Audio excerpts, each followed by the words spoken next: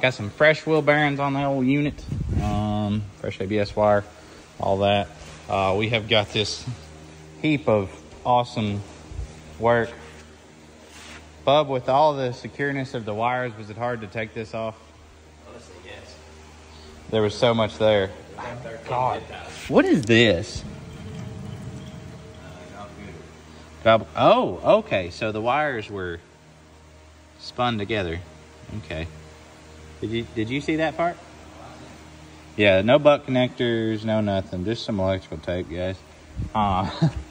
Just wanted to show the rest of that aftermath. So we got him a brand new air dam. Brand spanking new. Just came from Mopar. Some new chicken lines that the customer provided. Yeah, I'm gonna get this thing fixed up. Like I said, new wheel bearings. Still got to air up the wheels and tires, put them on. We got balancing beads in them, so they're almost ready. They just need air. But we're gonna get this thing done today. All right, guys. So we've got the new valence on. Just kind of a tip if you're gonna be doing chicken lines on a truck. This is kind of what we always do. We always put one dead center, and then you'll make all your measurements even from side to side. So the customer had 20 chicken lights. We're gonna be using 19, and then he's gonna have one spare. But the dead center trick is what we always do, and I think it looks a lot better anyways. But Bubba got some masking tape on there. He measured everything out. We did 4-inch increments between all of them. Should look a lot better than the previous one did. This was 20 instead of 19, so they didn't center it. But either way, this is going to look 10 times better. But that's just a little trick if you do want to do chicken lights on your truck. But let's check out what we've been working on. Been working on this for a while. Excited to release it for y'all. So I did want to kind of like put a plug in on this. This is a 5th gen hood. This is a brand new Mopar hood. So this will be your OEM hood. I ordered it for that. But before we're putting it on, we're taking the time to design a hood mirror. This is the prototype. It will not have the bend in it. This is just a piece of scrap that we used to cut out and test fit. We've got a couple small adjustments to make to this one, and then we will have mirrors, stainless 5th gen hood mirrors. So y'all be on the lookout for that. I know a lot of people have been asking about it, and they have been excited about it. But yeah, so it won't have this curve in it. Like I said, this is a piece of scrap metal. And the great thing about this is we have my truck that obviously has a hood stack. So when we designed this, we designed it to go in the center of the hood. That way, even if you have a hood stack, this still fits. So this will fit any OEM hood for a 5th gen. Should fit the new sport hoods also, but I don't have one to test on. So if you have a sport hood and you're at a show and you want me to look, as long as I can see the bottom bracing, as long as the bottom bracing is the same on the hood, then it should fit. But we're gonna try and get one done before Smoky Mountain to have it on this truck where y'all can see it at Smoky Mountain. So, and then now we gotta get started on Katie's.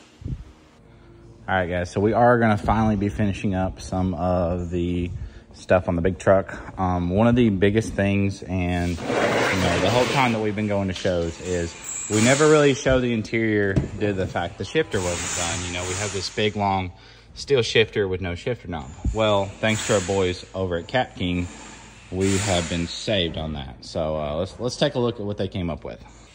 So kind of ignore the mess, but Greg over at Cap King made me this billet shifter knob. It's like a pistol grip, and it's got an FP in the top. Huge shout out to Greg, did a great job on it. He had like an idea in his head for like a round shifter knob, and then I had to be difficult and be like, no, I kind of like the pistol grip style.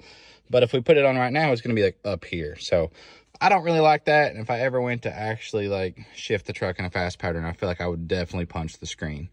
So we're going to be cutting some distance off of the shifter. Probably take about like, I don't know, 4 to 6 inches off. But yeah, here's the billet center console that no one really gets to see anymore. It's got lights on each side of it. And we're going to go ahead and get this interior finished up and hopefully cut some off of this, get this shifter fitted where we can start leaving the interior like open at shows. So, yeah, huge shout out to Greg. He killed it.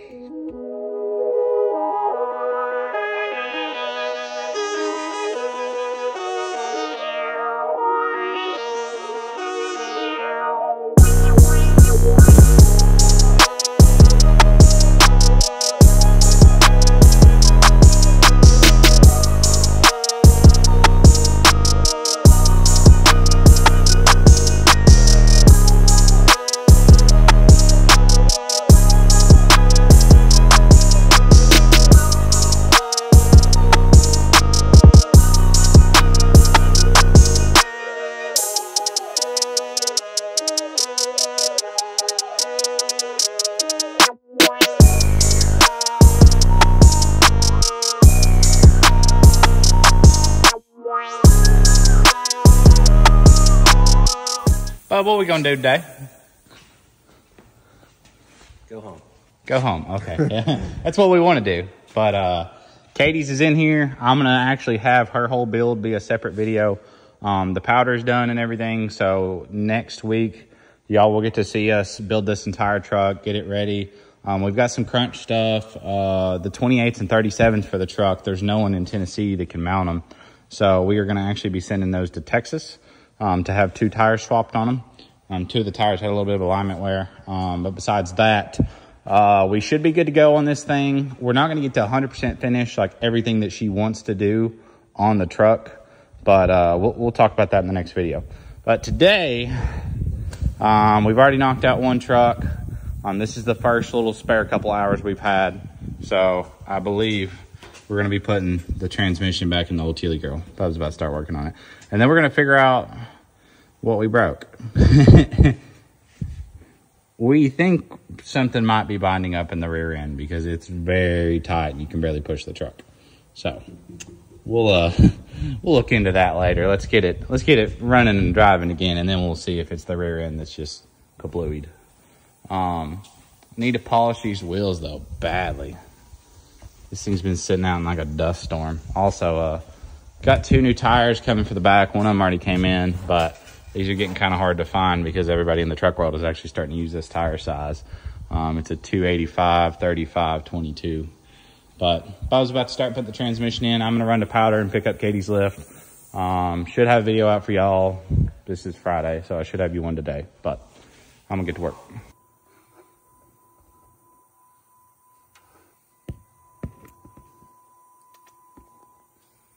Any words for the people? That's a trademark, by the way. That's trademarked, yeah. Don't try and take it. Copyright. Gabe was already trying to take it. Ain't that deep. He told me the other day he was going to trademark it. I said, Bish, you think I already didn't do that? He's fired. Yeah, you're fired, Nancy. We have got some more cleanup to do on this unit still. I keep spotting stuff. This Bubba's got the trans, the old golden nugget back in the Teal truck. We just got about 12, 13 quarts of fluid dropped in. We're going to start it and make sure everything's good on this. Might even drive it a little bit this weekend. I don't know. I think I can drive carefully on these tires. If it rains, I'm going to park on the side of the road. But I think I could drive around a little bit this weekend. I'm actually going to a wedding, so I might do a burnout leaving the wedding. Yeah, I know, man. Marriage. Ugh. I love you, baby, if you see this. Yeah, love you, girl. Let's see. Start her up, buddy. All right, it's dead. Just kidding. It's been sitting there 3 weeks. So we got another beautiful package from our boys over at King Speed. This is the guys who make all our custom valve covers. You can't tell what this is going to be. Oh my God. We couldn't have planned that if we wanted to. Don't. Oh man. What's old? You know the old square bodies that the axles spin out on? That's kind of what that reminded me of. Anyways, back to our product ad. Yeah, check that out. So we got a white mill valve cover with a FP on the cap. Huge shout out to King Speed on that. They do great on those. We're going to start keeping these in stock for our trucks because we put white on everything. But what are we even going to put this on, Bubba? I don't know. Is that tooted? It is tooted. Actually, I think it's linked. Got that link. Yeah, no, there's a T at the end. Linked. Got this unit back. Glad to have it. Hopefully, everything goes good with the trans this go around.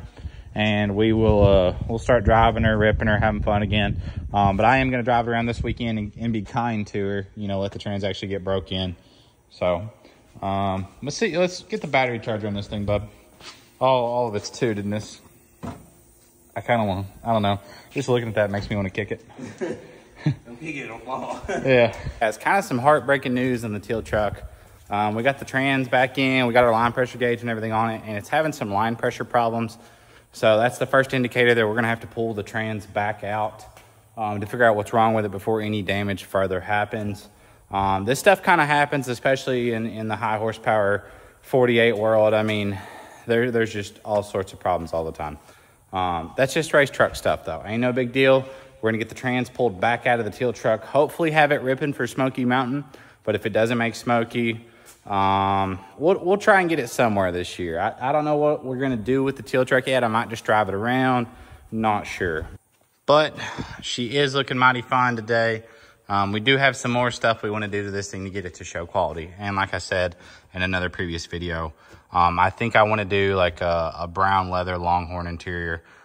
This interior isn't in awful shape. It needs shampooed from some water stains and stuff like that. But it's not quite up to standard with the rest of our build. So one day this thing will get the love it needs. She's currently on the back burner. Great truck, love her, one of my favorite builds. Katie's is going to be one of the main concerns next week while we're still waiting on some stuff. We are still waiting on some back order parts. I addressed this in the last video.